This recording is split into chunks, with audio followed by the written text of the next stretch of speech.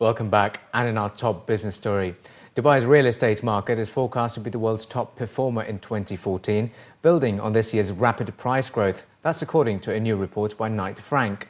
The property consultancy's Prime Global forecast predicted price growth of between 10 to 15% next year, ahead of the Asian powerhouse markets such as Beijing and Shanghai.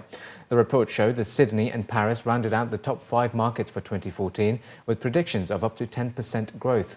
Knight Frank said although the new regulations, such as the recent mortgage cap, were likely to slow growth in the final quarter of 2013, price rise growth would probably speed up again in early 2014. Earlier this month, Knight Frank said Dubai's property market has seen the fastest rising prices in the world over the past year to the end of September. Prices in the Emirate increased by more than 28% since the third quarter of 2012, compared to an average rise of 4.6% across the 55 markets covered worldwide. The index showed that Dubai real estate values have jumped recently 12% in the past 6 months and by 4.5% since the previous quarter. The UAE's telecoms regulator has announced that Etisalat and Du will launch the mobile phone number portability service this month. The Telecommunications Regulatory Authority, the TRA, said in a statement that it has given both operators a deadline to prepare their commercial offerings and sales channels, with the transfer for subscribers starting on December 30 at 8 a.m.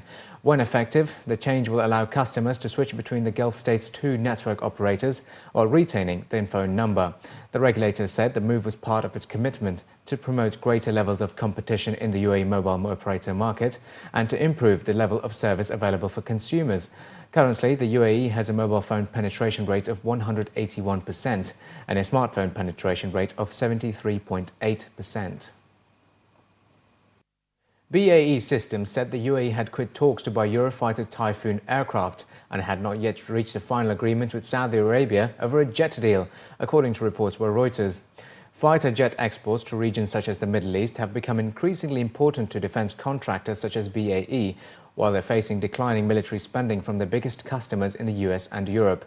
The company had been in discussions with the UAE about a deal possibly worth around 36 billion dirhams for months, but it said in an update on Thursday that it had seen the risk of not winning a contract as high, so had not factored a win to its financial projections.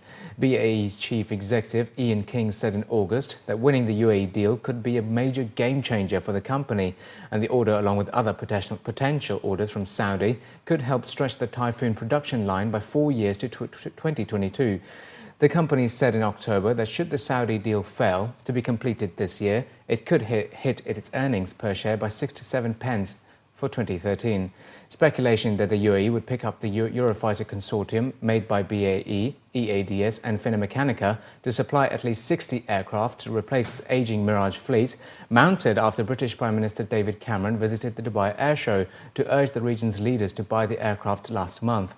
The decision provides a possible lift to the export prospects of France's Rafale, 24 hours after the plane was rejected along with Boeing's FA-18 in a competition to supply fighters to Brazil.